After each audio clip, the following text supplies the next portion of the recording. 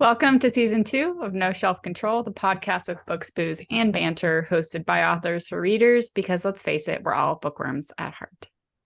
This season, we'll be chatting about book-to-screen adaptations and trending book talk books. I'm Lindsey Sparks. And I'm Lindsey Pogue. Grab a cocktail, kick back, and enjoy the show. Okay, so welcome to episode 17 of season 2 of the No Shelf Control podcast show, however you consume it. So today's book, we were both very excited about when we picked it. It's one that we've been had kind of waiting to pull out at a good moment. Yeah. It's a throwback. Definitely a throwback. And it's also a reread. A reread. So it's an adaptation book. So we read the book and we watched the adaptation, and we were so excited about this one that we actually did one of the Amazon Prime watch parties and watched it together. And then we have our chat that we have a ton of screenshots of that we'll share. And I might go through some of them if we want, but because I went through and edited them a little bit. But anyway, so the book and adaptation is Twilight. Dun, da, da, da. And oh my gosh, it was a revelation. Yeah, it was an interesting week, to be sure. Wow. I'm embarrassed for my past self. Isn't that crazy? But before we get to that, yeah, tell me what you're drinking. I'm actually kind of feeling under the weather, so I just have water tonight. I don't have anything exciting, sorry. How about you? Yep. Some red wine.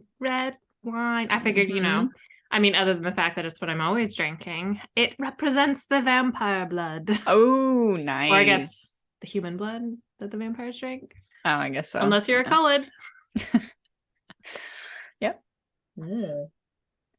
Yum, yum. And it's nice. You said that it's cold, so it's nice to have a nice red. Yes. And I haven't had any wine in I don't know, a week. I don't know. It just hasn't sounded good. We've been really busy. Mm-hmm. So it tastes really good. Good. Yeah. So what have you been working on? Do you want to before we talk about what you're working on, do you want to complain for a minute? Oh, I just yeah, I guess so my husband and I haven't gone on a trip in probably flown anywhere since you got married. Since we got married. And one of the things that we always said is, we really want to travel. I used to travel all the time. I've been to many countries, and I don't know. Anyways, life just gets busy and everything. So we had a conversation months ago about how, we're getting older, we're working way too hard, we're not traveling, we're not experiencing life. So we were going to grab the bull by the horns, so to speak. And his parents live in Costa Rica, and they had wanted us to come visit them. And we essentially said, we've come to visit you guys a few times, and it would be cool to kind of experience something else. So his parents were like, yeah, well, we want to go to Peru, so you guys can come with us and do that. So we got all excited, and it was kind of a pain in general because of where his parents are. And anyway, the whole way that it worked out, we have to fly to Costa Rica first, meet up with his parents, and then we all go to Peru together for this package deal that we got, blah, blah, blah, blah, blah. So anyway, long story short, obviously there's a lot going on in Peru right now. It's not safe to fly there. So now we have 20 days that we've been prepping for to take off, that has not been smooth sailing for many reasons. Lots of issues with travel vaccines and Kaiser, and just really random stuff that you would never think you would have to worry about.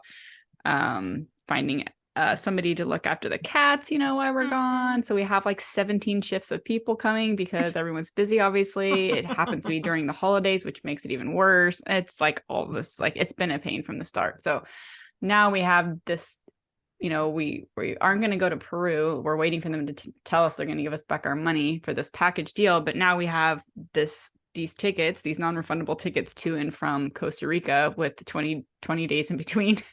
And we don't really want to do that either. So there's just a lot of stuff up in the air, and we're supposed to leave essentially on Tuesday, this next Tuesday. So this is just a lot trying to figure out, and lots of coordinating, and so anyway, we'll get it sorted. But for now, it's just annoying and makes me wonder why we keep trying to travel, because my sister this has happened to her so many times. She's been trying to go to multiple places in the last few years because she travels a lot as well.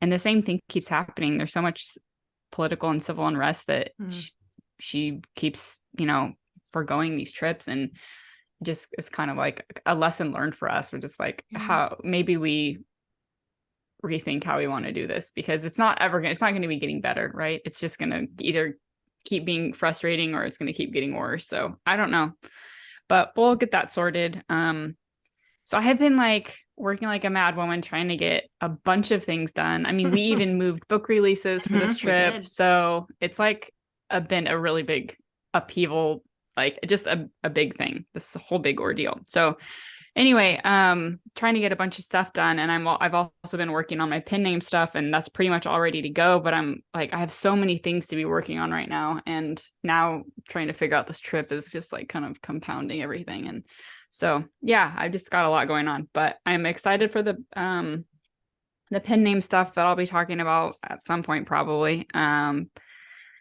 But I got Land of Fury is with Lauren now, the editor, and I'm really happy, really, really happy with it. So I'm excited about that. And Sea of Storms is finally up for pre-order for the audiobook, so that's good. And then I've just been doing a lot of behind the scenes stuff. I haven't gotten to do much creative stuff other than, reading Land of Fury, which was fun because I really like that story. It's really good. It's fun. Yeah, it's fun. So and I have all these ideas of little like side stories and stuff I want to write off of it too, or maybe like little extra bonus scenes or whatever. So I keep doing one of those things where like I keep making a list, and I'm like, God, I need like a list, not just put it somewhere like, Lindsey, you need to put it into Google Drive or something because you have all these ideas. And I keep, I'm in the different place or whatever, and then I'll remember it later, I tell myself, famous last words. Yeah. But anyway, how about you? I have been writing lots of things actually. I have been working on Darkness Between the Stars, which I am just like 2 or 3 chapters away from the end of the main characters portion, the main POV portion, so Tarset.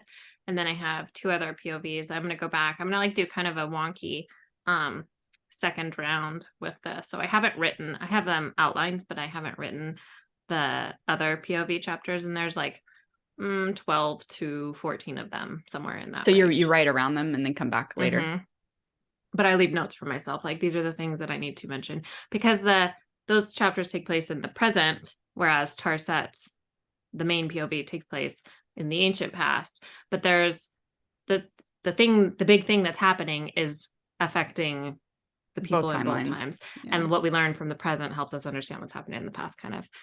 And I don't want to, anyway. But I'm kind of excited about how I'm going to do revisions / writing the other POVs. So I'm going to go back to chapter 1, revise those because I love revising. I'm going to revise that and then write the other POVs as they pop when up. I get so then it really like feels cohesive and like logical, the things, instead of I was gonna go write those and then do the revision, but I was like, I feel like that's gonna lead to a lot of consistency issues. So I'm really excited about it. I also I had like a brilliant shower moment, and I came up with this like excellent storyline for the second POV character, who's a new POV character for this whole world. She's not a new character, but she's never had her POV voiced. And she's actually going to be the main character of the next series in the world. So I'm kind of like following that path that I set up in previous series. But she ended up just like, I just had this moment that I was like, oh my God, this is the greatest idea ever of like trying to work in what's going to happen in her series, but like little kind of like breadcrumbs that are kind of leading to where that's going. So I'm really excited about that. That's exciting. Yeah. And then I had my mid-December Patreon drop. So I released a new episode of the Nick Chronicles and the Nick Chronicles, and then All World Online Looking Glass. So my funny little like Atlantis Legacy All World Online crossover serial. And so those are always fun to write. And I'm so excited for next year when I am pure serialization. I cannot wait. I'm just like, give it to me. But that's not going to happen until the middle of the year. I was going to say. Yeah, I have to get through 2 more pre-orders. But I'm not going to put up a pre-order for Fateless Trilogy Book 3, the book after Darkness Between the Stars. I am just going to send people to Patreon because I'm going to start serializing it as soon as Darkness Between the Stars is out. I'm going to serialize book 3. So, and then it'll go up for pre-order when I'm done with the serial version. But that's my plan. And I'm really excited about it. The serialization just feels right to me when I'm writing it. And like, it works well for my scattered brain to like switch between the stories, but like each like episode kind of has like an ending, but it's not like the ending, you know? Right.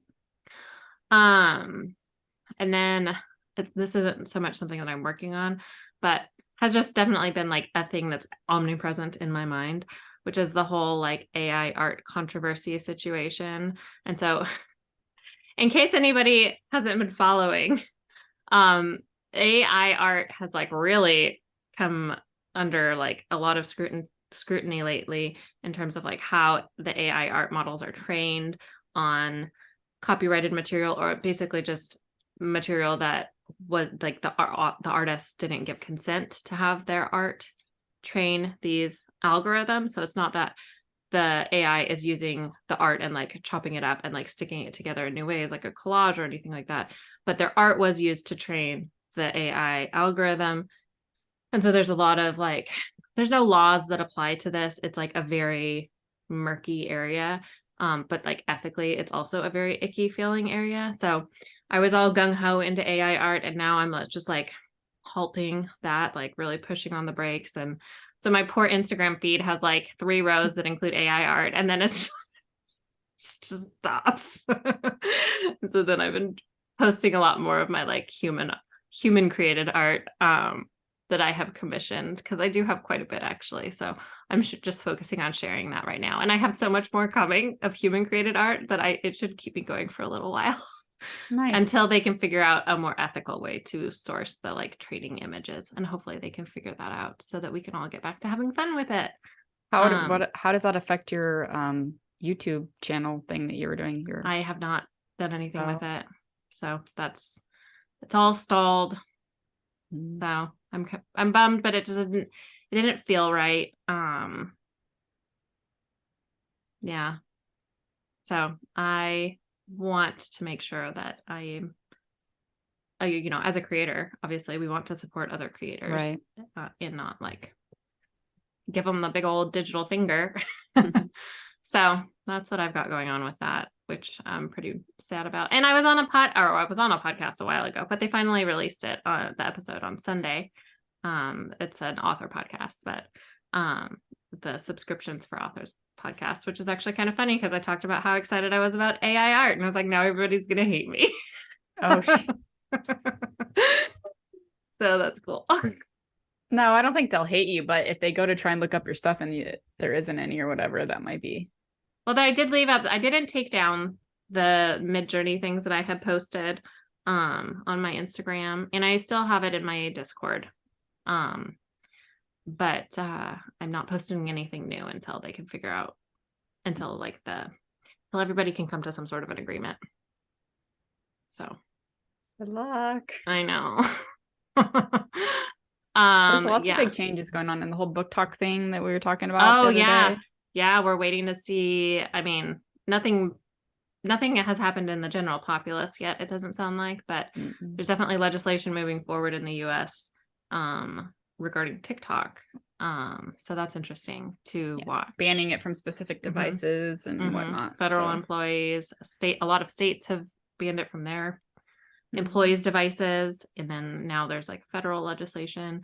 But this has been leading me more, and I'm like, I don't know why I've been such a dummy and not been doing this anyway, but just leading me more towards YouTube, looking at YouTube shorts and stuff like that. So I spent some time this morning exploring that area. Finally signed up for YouTube Premium. So I don't have to watch the ads. Nice. So yeah. Yeah. Oh, and we sent out the arcs for the Raven Queen. Yeah, we did. Yeah. So that felt really good. This is probably the earliest we have either of us ever had like a book. Yeah. I'm like, yeah. Arcs, if you're on my arc team, that's not going out until January. Yeah. Well, my arc team has it. Yeah. We got a review. Nice. On Goodreads. Did you see? I sent it to you in Discord. Oh, I did see it. Yeah. I did. Sorry. It was like earlier, right? Yeah. Yes. So yeah. All over the place as usual. Yeah. For sure. Have you, I know you've been under a lot of stress with your travel stuff, and just trying to get all your ducks in a row, but have you had any time to read for fun? Yeah. Let me see, because I feel like I feel like I'm actually in one of those funks where like I'm so tired, I'm not really reading. I keep starting things and not finishing them. I pulled out a couple years ago for Christmas for book club. We got all silly, and then we all read this contemporary romance called A Hunk for Christmas. And anyway, and it's just super cute, fun. Like this woman is funny because this woman, she hires an escort, or who she thinks is an escort, to go to her work party, but it ends up being the guy that the guy that essentially is taking business from her father. And anyway, but it's funny. It's a fun one. And I even pulled that one out trying to like get out of the funk, because I knew it's just a fun, silly one. And I have barely read any of that either. But I will tell you that currently I'm listening to a number of things. Neon Gods, which I know you've read that one.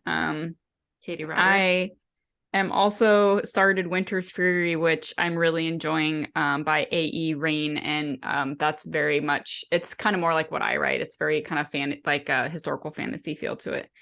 And then I just read or listened to, well, obviously Twilight, but also Saint, which is, I'm a huge fan of Adrienne Young, and so that was one Priest of her... was the first one, right? Was there... No, this is different. This is a different author. Oh yeah, this is also like historical fantasy stuff. So anyway, so I just listened to Saint, and I enjoyed it.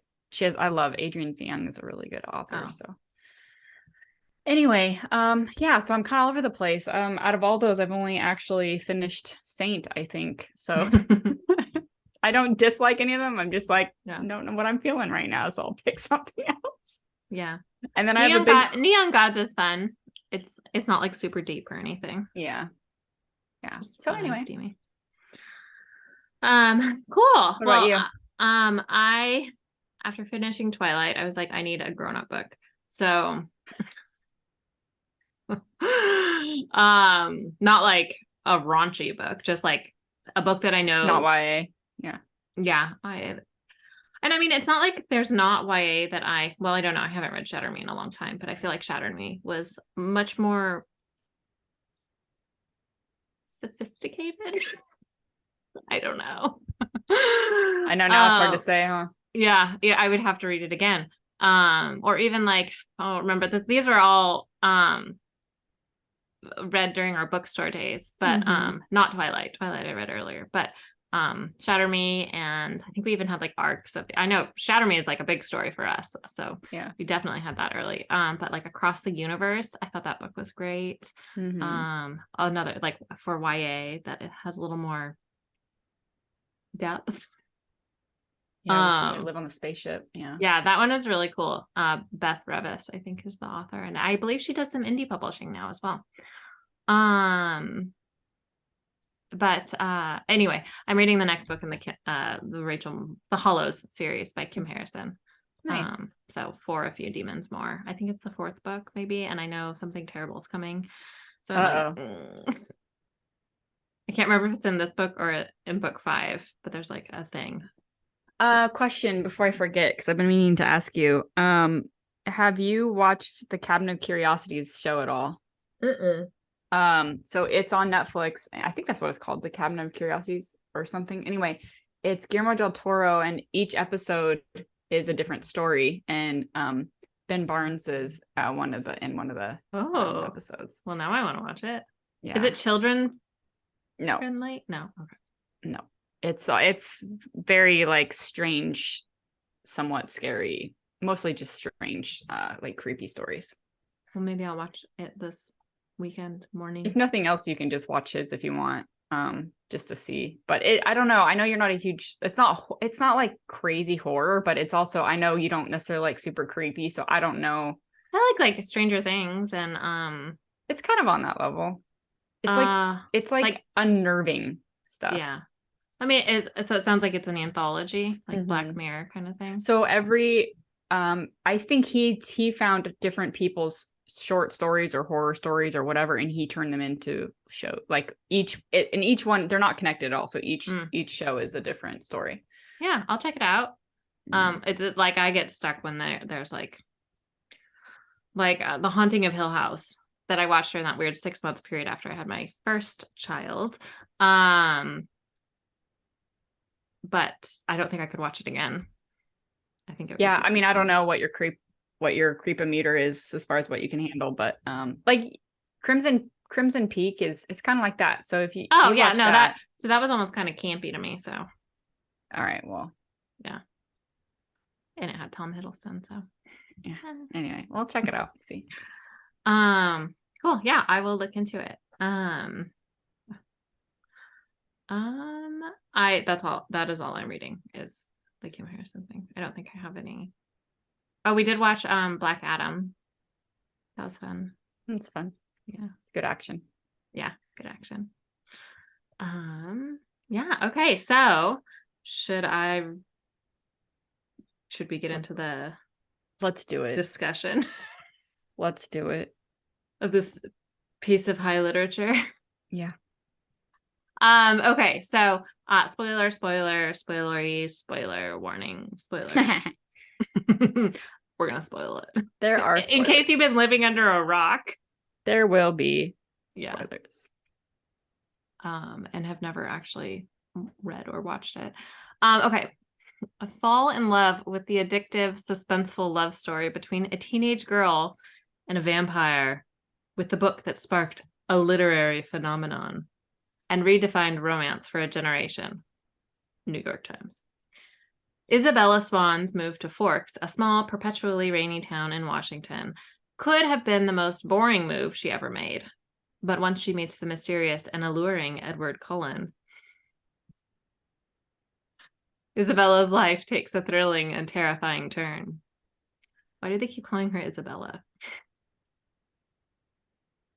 Up until now, Edward has managed to keep his vampire identity a secret in the small community he lives in. But now nobody is safe, especially Isabella, the person Edward holds most dear. The lovers find themselves balanced precariously on the point of a knife between desire and danger. Deeply romantic and extraordinarily suspenseful, Twilight captures the struggle between defying our instincts and satisfying our desires. This is a love story with bite. That is quite the blurb, isn't it? It's very dramatic. It is very dramatic. Or is it only because you read it that way and I'm like, damn. I don't know, but I feel like it doesn't deliver. Okay.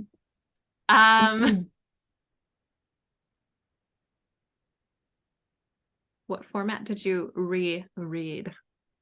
So actually, I have in the past, I've read the books, and so I actually listened to it this time. And when I say in the past, I mean when I first got them. So I listened to it, and the narration was all right.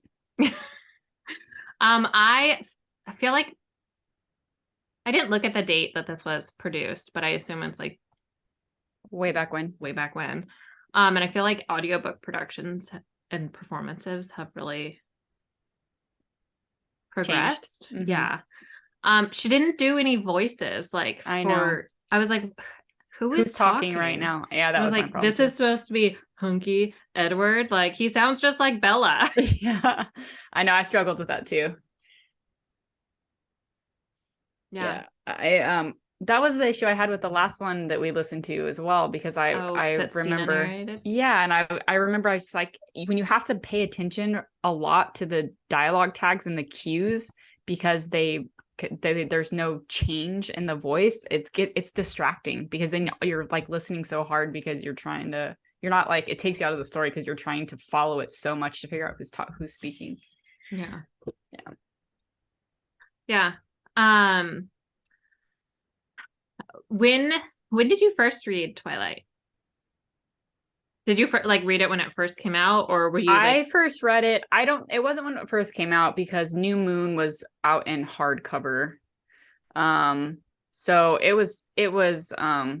it was, a while ago. I mean, it was before I even worked at the bookstore. So I think I read it a little bit after you, because I can't believe I still have them. I have Twilight and New Moon in paperback, and then I have Eclipse. maybe that's maybe that's what I have. Because I think I have 2 paperbacks and 2 hardcovers. I don't know. I remember what originally made me read it, which was I was a middle school teacher, and one of my students was sneaking reading under the desk. I was like, what are you doing? She was like a really good student. And I was like, why are you... Anyway.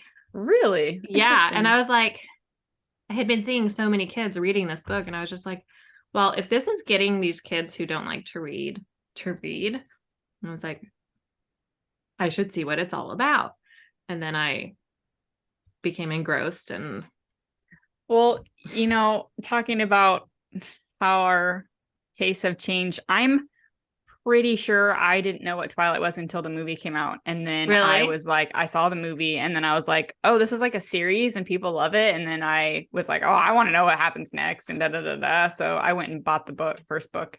I want to say that maybe at the same time as I saw that, the student reading that, I also saw a trailer for New Moon, because it was like, Maybe the that's trailer was like when she like bleeds, and then Jasper attacks her at her like birthday. Oh yeah, no, I started reading it when the first movie came out, because I remember I made Dennis go watch it with me, and he was like, him and his friend Ross went, and they were staring at me the whole time.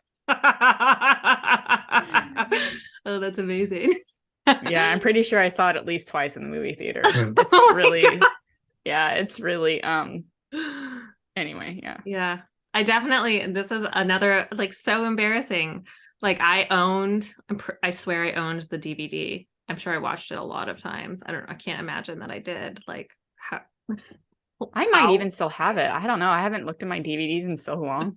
I wonder if I have it.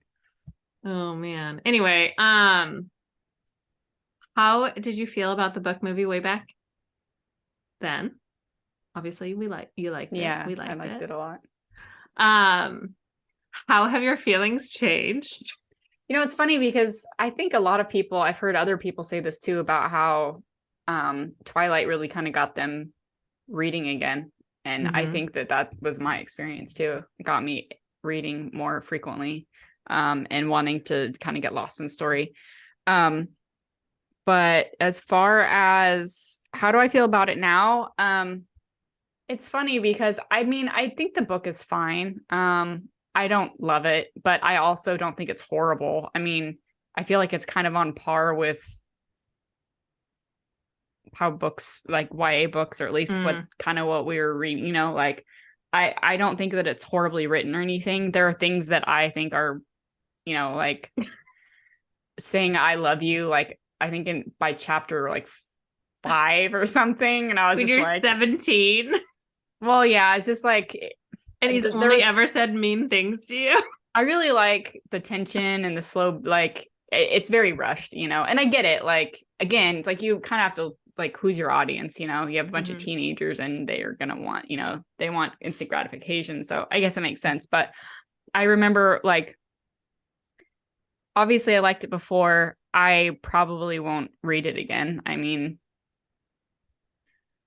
I also feel like, and you know, we kind of talked about this, but I don't know how particularly likable the characters are. Like all of her friends are not likable. I mean, Belle's not in the book, she's not as bad as in the movie. And then even Edward isn't quite as bad as he is in the movie. At least not quite as annoying. But I also think they both in the book, they have more personality, which I think helps.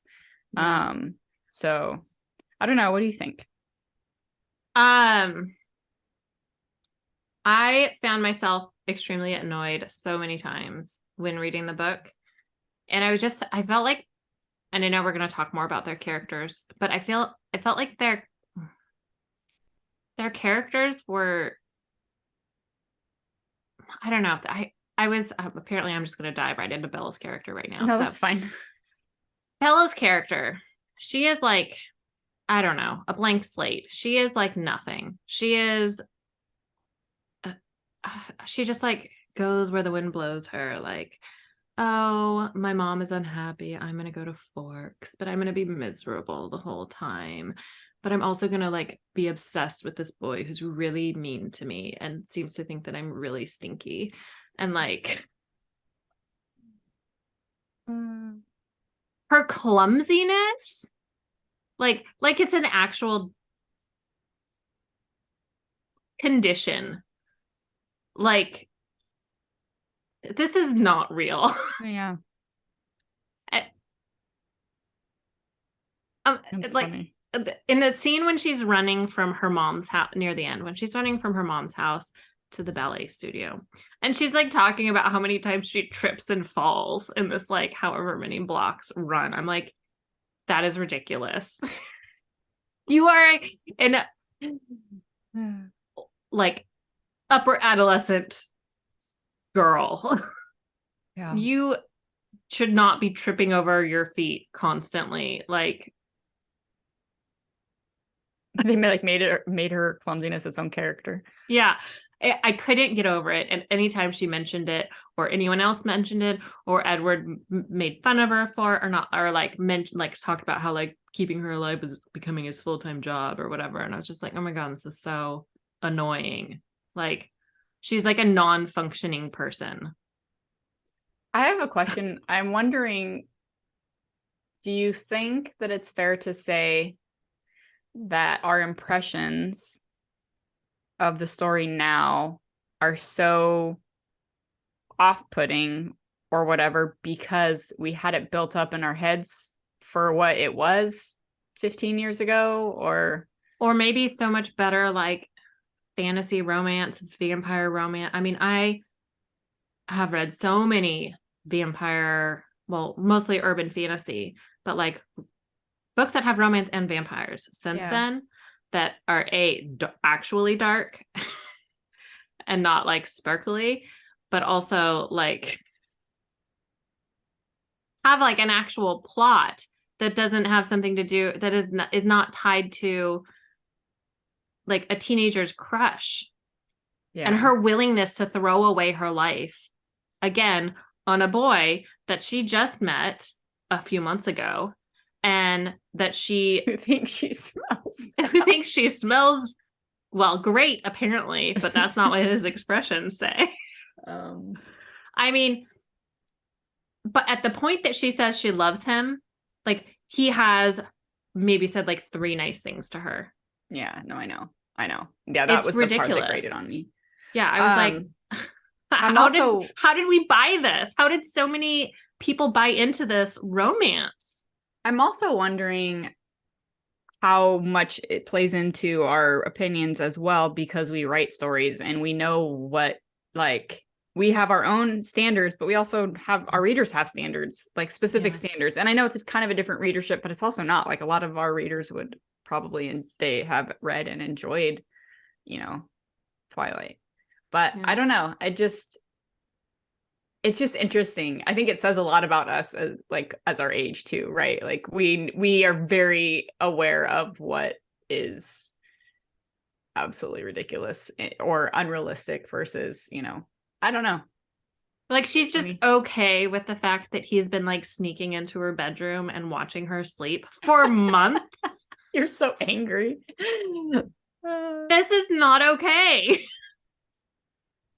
Yeah. That's so funny. Yeah. So then I think I've just gotten so much more like feminist that like this hurt. It pains me to know that I liked this. This like weak, like, I don't know. She like basically is ready to just like be absorbed into Edward's life and like give up everything that means anything to her. Like if anything really does mean anything to her, because like I said, she's just like blah, blah, blah, blah. But yeah. I don't know. I just like be your own person, you know, like that's fine. Yeah. Fall in love. Great. Like, but Yeah. like still be a person. Right. Yourself, have your own self-identity. So anyway, I'll stop railing on Bella. No. I mean, but yeah, I think it just goes to show how much our tastes have changed too, you know? Yeah. But yeah, I don't know. I guess I kind of knew that. I mean, it's pretty much what I expected going back and reading it again. I'm not necessarily let down, but it is funny to now having a new eyes and perspective reading it and just how like kind of silly it is, you know? It's very silly. Yeah. But you talked about Bella. I know. How do you feel about Edward? If Oh you guys God. thought she didn't like Bella. I hate him. He is awful. He is toxic. Like when people say like, oh, that guy's toxic, like that's Edward. Edward is toxic. And Bella's just okay with it. Like, well, she is in love with him. Irrevocable. I can't even say I knew 3 things. I can't even say the damn word. Edward was a vampire. What is it? Edward was a vampire, something else. And she talks about how like her life revolves around him now. And I'm just like,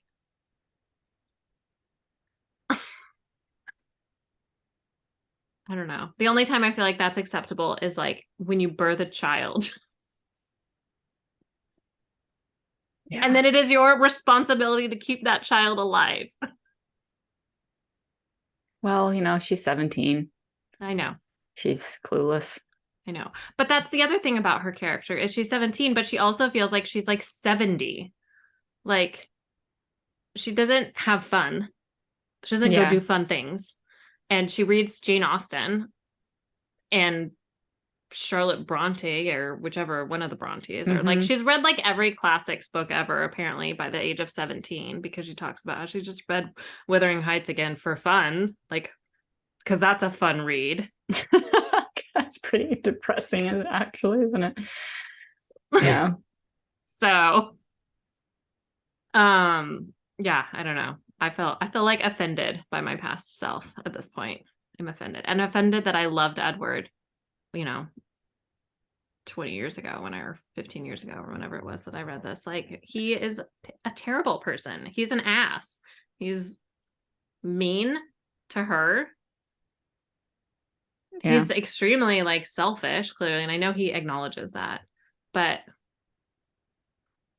making all these decisions for her, like when she's like supposed to, sorry, I'm just like ranting. No, go ahead. When she's like supposed to meet up with her friends in Port Angeles at the restaurant. Was that still Port Angeles in the book? Yeah, I can't remember. And he's just like, I think Bella needs, not even I think, he was like, Bella needs to eat. Just like, okay, I think the girl can decide if she needs to eat. She can decide her own bodily needs. Thanks. I think Bella needs to use the restroom now. I know. I think Bella's thirsty. Bella has to go take a wee-wee. Oh my God. Anyway, how did you feel about Edward? Yeah, I like I said in the book, at least he had kind of he was a little more fleshed out as far as a character, and he had a little bit more personality. And not just like constant like stink face. Yeah, in the movie, that was rough in the movie. I'm not gonna lie. Like that was really hard for me. And yeah. The movie's rough. It was rough. The movie's rougher than the yeah. book for sure for me. Yeah. Yeah, no, for sure. I feel like the book is passable. Oh my God. I wonder how many people who read it a long time ago still love it the way they used to. Because, you know, sometimes with nostalgic I did some Googling to see, like, I looked up rewatching Twilight, and it was like basically like the same thing that we're saying. Oh, okay. Yeah. And actually, it was really funny. I was reading through this one chick's list on her blog, and she was like, she mentioned the mittens, the most largest mittens she's ever seen. And I was like, yeah, no shit. They were like oven mitts. Yeah. Oh my God. We could talk more about the movie details in a little bit. Okay. But yeah, so I feel Edward was rough. I did, like I said, he wasn't quite as bad for me in the book, but in general, I mean, he wasn't an endearing character by any means. He was no one to rally behind. So yeah. I will say some of the side characters are a little more fleshed out in the book too, which I think is pretty normal, but like I really like Emmett in the book. Emmett in the book is pretty fun. Yeah. And Jasper's way better in the book too. Oh my God, I think I told you. All I could picture the entire time I was listening to the book was constipated Jasper's face from the movie. The whole time I was listening, and I was like, oh, this is so hard because I can't get it out of my head. It's bad. But it's so funny. Yeah. Okay. So the book has a 4.7 star average with over 22,000 reviews on Amazon. That's a really high rating for everybody who's not clear on that. Yeah. Almost 5 stars. Yeah. Like I couldn't believe it. Do you think it deserves that? You know, I would be interested to know now if I read it. No, no. But I'm also wondering, how old are these reviews? Because I also think there's something to be said about all that's changed in like just our society and culture in the last 20 years. And the people who us loving it, 20 years ago or whatever, are new people flocking to this book and thinking that it's, the cheese like we used to, I don't know. But I would say for reference, I do want to talk about what you said about how much has changed in the last 20 years. But for reference, From Blood and Ash, which is extremely popular right now, has a 4.7 rating, and it has 47,000 reviews.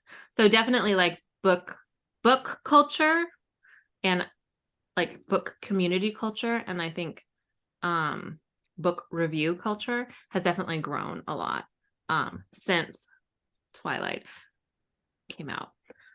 I find it heartening and like makes me feel kind of warm and fuzzy that I feel like Twilight, if it came out now, wouldn't be received in the same way that it was. That makes me feel good about like progress that we, at least as like the Western culture, have made. Yeah, I would definitely be interested to see how that would work exactly.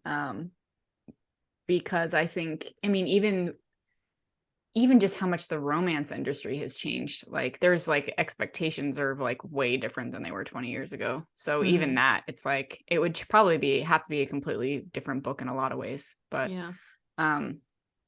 I think it's such a really cool, fun premise for a book. I think it, like, the whole time I kept thinking that as I was listening and watching the movie, and I was like, this is a really cool idea. It's just the execution, like, it's hard because as a writer, I would obviously do a lot of things different, but as a reader, obviously there are things that I wish that she had written different, but it's Stephanie Meyer's baby. Like, it's hard to just tear it apart, like, because it is a really cool story, I think. The premise is really cool. Can we also talk about, I'm going to tear it apart for a sec. Can we also talk about the fact that Bella literally passes out? How many times? Her heart stops when Edward kisses her. What? Mm. Wow. I cannot respect that girl. Well, there are some things that I did like a little bit more about the movie that I liked that they had Jacob in it a wee bit more. Yeah. And Jacob and Billy are there at the very beginning, so that's kind of fun. Yeah, instead of halfway through or whatever. Yeah. Is she still carrying her cactus at that point? I don't know. Oh my gosh. I know we were talking about that when we were watching it. I was like, you can't get on a flight with a cactus in your hand. Like, where are you gonna put it? Is that a weapon? Anyway, that just goes to show how much tiniest little cactus. No, so I liked that. Did you like Jacob's hair? No, his wig. It's so weird. And I didn't actually, sorry, I'm totally interrupting you. I didn't mention this because by the time I was typing it out in our chat while we were watching it, it was over. But did you notice Billy and Charlie like roughhousing in the street behind Bella and Jacob in that opening scene? I think it was in that first scene where we see. Yeah, it's awkward. I was like, what is going on? It's so awkward. It's so awkward. I don't even know. They're like, oh. There's like Billy in his wheelchair and like that entire movie like jumping is around so him. Awkward. That entire movie is so awkward. Even down to the makeup. It's all very awkward. I got the makeup. Okay, yeah. So let's talk about the costumes and the makeup. Okay. For a minute. So I think you had a great line in our chat that was something about like that nobody notices that all of the Cullens are just like dusted with a layer of flour. I mean, that's what it looks. They're so ridiculously white, like, and it's just their faces. So I know. I'm like, this is not attractive. Yeah. That's so funny. I don't know. There's many of the casting choices I find very strange. Starting with Bella and Edward. Like, I don't know what they were thinking. I did remember reading something where somebody said, I don't know if it was like the casting director or the director or who, but somebody mentioned what is that? It was based on a book that she was in. Who? Bella, Kristen Stewart, before Twilight, obviously. The one where the guy goes into the wild or whatever. Yeah, I think it's called Into the Wild. Well, I guess there's like a scene where she has a breakdown in there or something, and somebody was like, oh, she would be great for Bella. If only she ever showed that much emotion. That's how they found her? I don't know. I could be making that could just be a rumor story. Oh, okay.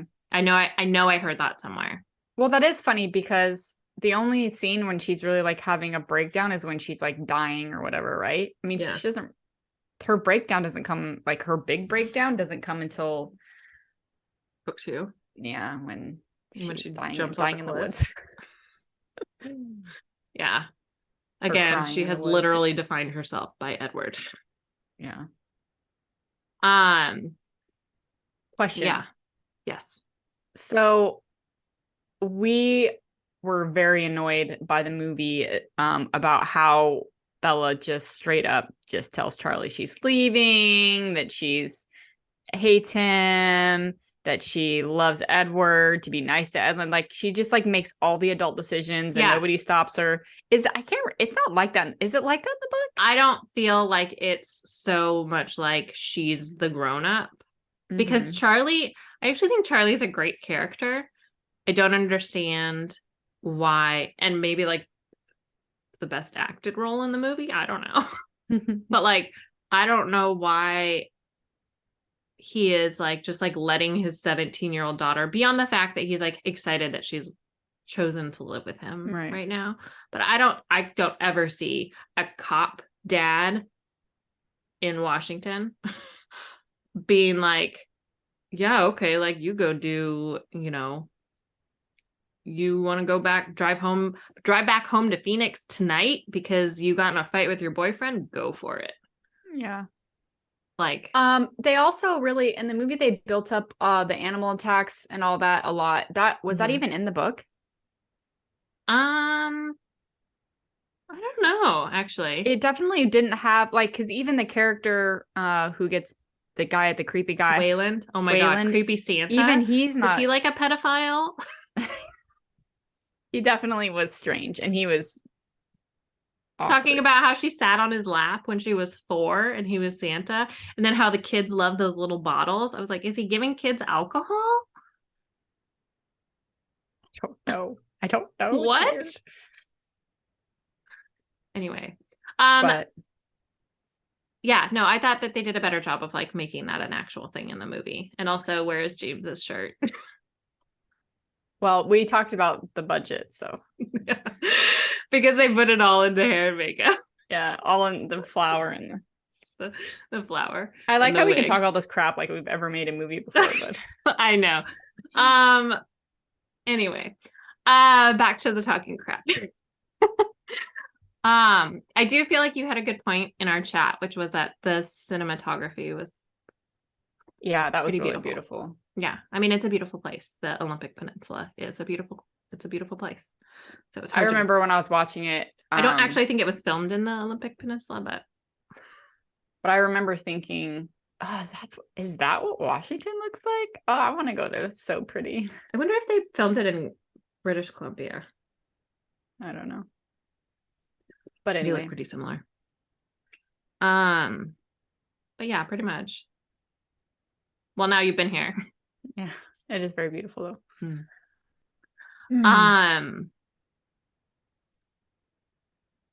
Let's see here. I am gonna ask a question, but I won't ask that yet. I'm almost to the end of my questions, but I feel like I had a thought and I was gonna bring it up. Hair, makeup, Charlie, Bella, Edward, brothers, sisters. Okay, am I the only one who thinks that the baseball scene is like super ridiculous? Like their outfits. Oh, they're out for in the movie, you mean? Yeah. Or in general? And just in general, that this is like a scene in the book that this happens. I mean, I guess it's kind of fun just to think about. But as we were watching, I was thinking if they hit those balls that hard that they can only play during a thunderstorm, there is no way they are not going through a gazillion bats right now. Because that in the book they mention are aluminum bats. But still, like, it's not a titanium bat. Like, I don't even think they make those. It's just funny. Maybe they do. I don't know. Also, I wanted to point out Alice's selective, like, prophecy ability. I don't know. I know that they say that it's not perfect or whatever, but it's very conveniently imperfect. Yeah. In terms of like not seeing Bella run off. I do have to say this. My husband came in when I was watching it for just for a minute, and it was in the beginning, and Edward was being introduced, and he was staring at him, and the first thing out of his mouth was, "Look." He's like, "Wait a minute. So his hair is that big and tall, and he lives in the wettest state in the United States, and it's still standing upright. Like, how is that possible?" Laughing. Yeah, I was just laughing. But I will say, I do remember in high school, so living in that state, I do remember in high school, guys having like, when I was in high school, it was like cool to have like super spiky, standy-uppy hair, you know, with the bleached tips. Yeah. And I know they could do it, but it's like poofy. It's not hard. It's like theirs was hard, like a sculpture. No, Edward's looks like windblown and poofy. Well, and then because they're so pale, there was a point where he was wearing a t-shirt, and I had made the joke about how crazy hairy Edward's arm was, and then my husband was like, "Wow, you're really judgmental," and I was like, "Dude, they made him as pasty white as you can get. He has covered in black hair on his arms. I can't help but notice. I have nothing against hairy men whatsoever. I'm just like, it's my eyes go right to black hair on white skin. Like I'm just like, I can't." Yeah, in terms of like, and then like speaking of other visual choices that they made for the movie, Like the whole like Edward revealing his sparkly skin in the sunlight, and he's like, "This is it the face or the skin?" But he says one like either this is the face of a monster or of a killer, or this I is think he said I think he said face. face. Oh my gosh, but it's so funny. He's like glittering, and he's like, "This is the face of a killer Or whatever he or said, a monster or something," and it's just like it's like ding, and she's like, "You're beautiful." Oh my gosh. Man. So awkward. And the awkward scene when they like lay down in the Everything is clearing. awkward. Every single thing. They're That was just, the like, hardest thing in the staring whole at each movie other. for me. Anyway, are you going to continue rereading this? Oh, rereading? No. How about rewatching? Probably not. I mean, if it's on randomly, maybe, but I'm not gonna like sit down and do like a binge the Twilight series. Cool. You know, my list is far too long to be dabbling with that. Yeah. Of things I never watch. So Yeah. Do you have any How about you? No, that's a hard pass. I know. I was just like, I feel like I'm gonna take my copies probably to the like used bookstore at this point, free up some shelf space. I mean, my shelves are packed full, so I need that shelf space. Those are thick boys too. They are. Oh, So, man. yeah. Too much. Yeah. We're really sorry for anybody who absolutely is in love with this story still. I mean, I would say if you're still in love with the story, but you haven't read it in like 10 years, maybe give it a reread. It was definitely enlightening to reread it. Like I was never like, oh, I'm gonna like DNF my like 12th reread of this. So, you know, I still read it. Does Stephanie Meyer even write anymore? I think she did so I know she released a Midnight Sun. Let's see here. Oh yeah, I forgot about that. Yeah. Edward's POV. That was in 2020. Oh my gosh, I wonder how different that is, like writing wise. I mean, obviously the plot line has to all be the same, but yeah, I don't know. I'm kind of interested. I don't know, maybe I'll check that out. Just to see. The Chemist? I don't know. I've never heard of this one. 2016. I know she had The Host. I never read that or saw that. I saw it, but I never read it. I don't see anything else besides those two things. It's like one of those cases of like you write one thing, you write something. It was her first book, right?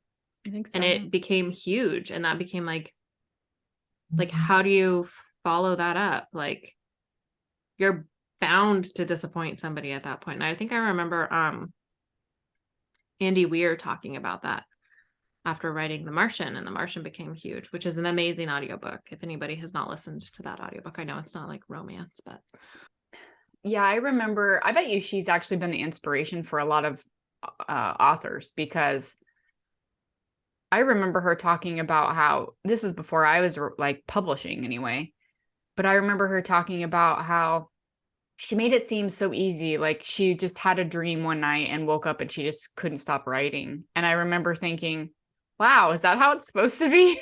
You know? Yeah. I don't know. I just feel like a lot of people probably tried to and or started writing after that. Yeah, I think that I don't mean to knock Stephanie Meyer when I lay into the book, I guess. I'm just saying, like, because it was so big, there's so much about it. I remember there were websites and there was like people were leaking photos of on set of oh yeah, like I remember, all that. Remember everybody that was so excited to see like Edward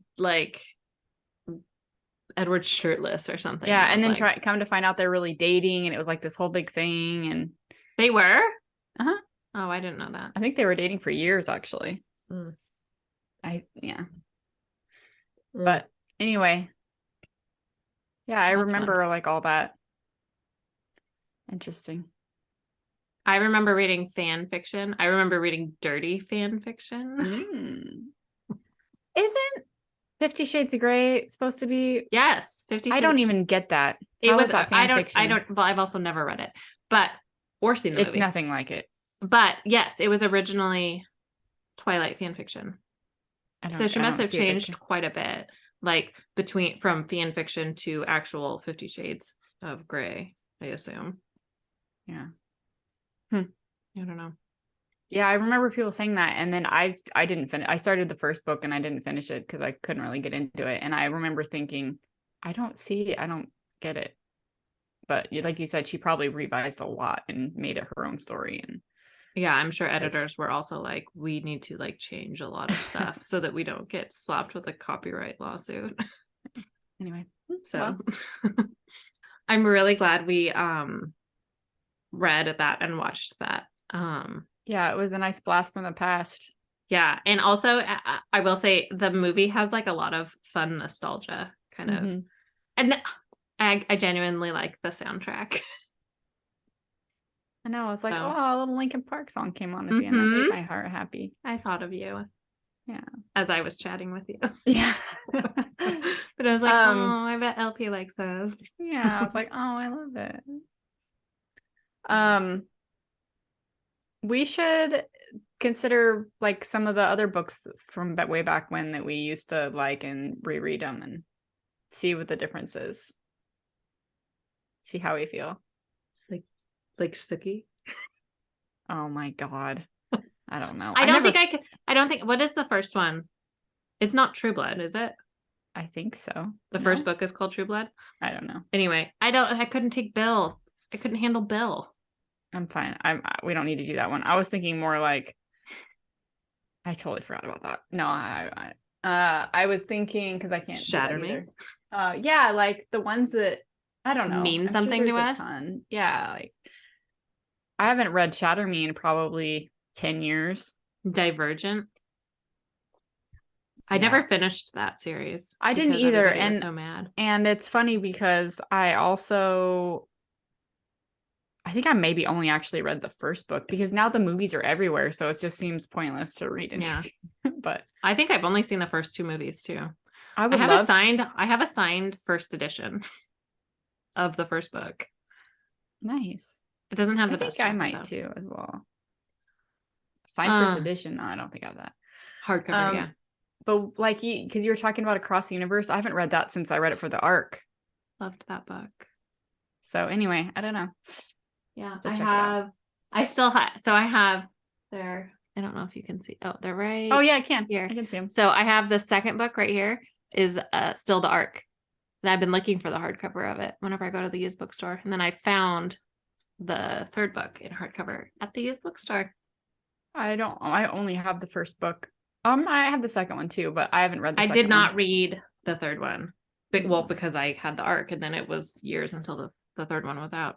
And then this is what happens when you work at bookstores, guys. You get all these books that are coming out before they're even famous. You don't even know they're going to be famous, and then you read them and you like them, but then you have to wait at least a year for the next one to come out. Yeah. And by the time, then you just forget. Well, I've still only read the first 3 Shatter Me books, and now there's like 7 or something. Yeah, same here. So I really want to continue that. I think I know this episode is going really long all of a sudden, but I think that like enemies to lovers shift that happened in that book was done so well. She did like it was like before Sarah J. Maas. She pulled like a Sarah J. Maas of like giving you one love interest and making you think that was like end game love interest, and then being like, whoop, now you hate him, and here's a better one who you thought you hated. Yeah. You know what's really cool? You know how I like that series, the Under the Never Sky? I have that too. So I think it was a 3-book series. I think I have all of them, but I haven't read the third one. But that was years ago. You know, Veronica Rossi's moved on to write other things, and she's actually putting out another book in that world now. So, oh, fun! Yeah, I'm excited. We could revisit some of our YA like old haunts. Yeah, I mean, first also the Shatter Me audiobook is amazing. Yeah, really, I remember liking it too. Mm-hmm. So yeah, I would be really excited about doing that. Hold on, Beast. Any final thoughts? No, but I think that if you have a copy, you should revisit it whenever you have time and just dive in and see how it goes. Yeah, like I've said like 18 times now, it was enlightening. Yeah, really interesting was like getting to have a conversation with a past version of myself who was so different from who I am well, now. another thing too is it's like, it's also, some people could really like it because it's an easy read. It's a very easy read. Yeah. So you could just breeze through it, even though it's a giant book. Yeah. So anyways, Beast is waking up and trying to claw out of my office now. Let me out. Okay, so thank you for listening, everybody. Don't forget to check the show notes for this episode's links and book recommendations, and we will add all of those YA titles that we just talked about as well. We will be back in 4 weeks. So we are taking a break because Lindsey was supposed to be in Peru, but now she might not be, but I might still be gone. I have no idea what is going on in my life. So we were going to take off with what would be the next episode, and then we'll be back in end of January. Yep. To talk about a huge mega hit on Book Talk, which is Guild by Raven Kennedy. Yeah. And I'm really excited about that one because there's so much fan art out there, and it's like a little bit confusing. And I don't really understand. Like, she's got a lot of gold ribbons. I'm like, this chick shoots out gold ribbons? Like, what happens? Yeah, I don't know. I've never read a Raven Kennedy book. I've heard a ton about it. I know that one of my narrators narrates is one of the narrators, because I think there's like 5 on the audiobook. One of my past narrators. So I'm interested to dive in, see what all the fuss is about. Yeah. And knowing me, I probably will not give way to I'll probably be anti-fuss, because that just seems to be my trending. I'm like an old cranky woman now. I like don't like anything. I don't take it. If you're enjoying this show, we would love it if you left us a rating and or a review on iTunes, Spotify, where you can now leave ratings, or wherever you listen that allows for reviews. I think Audible does as well if you listen on Audible. So until next time, happy reading. Happy reading, everyone. Happy holidays. Oh yes, happy holidays, happy new year. Chat with you in 2023. Woo! Like what?